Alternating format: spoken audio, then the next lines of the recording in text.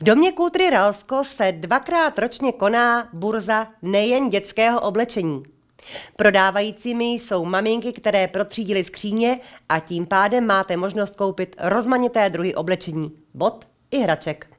Jsme na pravidelné burze nejen dětského ošacení. Já mám u mikrofonu paní Kateřinu Kapičkovou. Dobrý den. Dobrý den.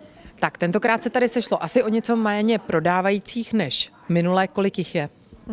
Dneska jsme na jarní burze oblečení a přihlásilo se nám 14 maminek. Z toho 2 se mi včera omluvili pro nemoc, takže prodávajících je tady 12. Nicméně od rána je poměrně dobrá účast, teď to trošku utichlo kolem poledne. Možná bych zopakovala pro ty, které ještě, nebo teď jsem jmenovala vlastně hlavně jenom ženy, ale předpokládám, že nakupovat chodí hlavně ženy. Pro ty, které nevědí vlastně, co tady najdou, tak k čemu burzy jsou?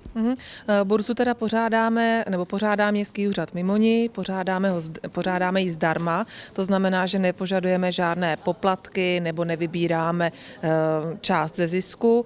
Přihlásit se může každá maminka, která má, a myslím, že těch maminek je dost, která má dost oblečení po svých dětech a chce se ho za rozumný peníz zbavit.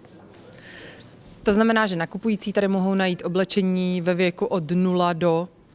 To záleží na tom, kdo se nám přihlásí. Samozřejmě většina těch maminek už jsou s námi od prvopočátku, takže tak, jak jim rostou jejich děti, tak se mění i ta nabídka nabízeného zboží a záleží to skutečně na tom, kdo se přihlásí k prodeji. Pak i ti nakupující mají možnost tedy volit z toho, co se nabízí. Já vás vyruším při vašem nakupování. Vy jste teď přišla na jarní burzu oblečení.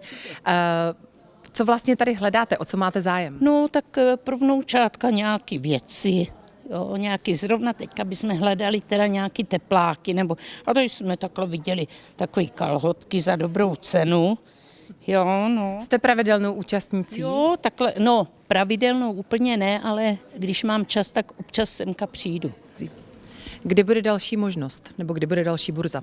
Tak jako to bývá zvykem, máme na jaře burzu a další plánujeme na podzim v říjnu.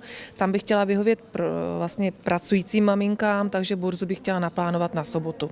Nevím ještě jaký termín, ale bude to v říjnu nějakou sobotu.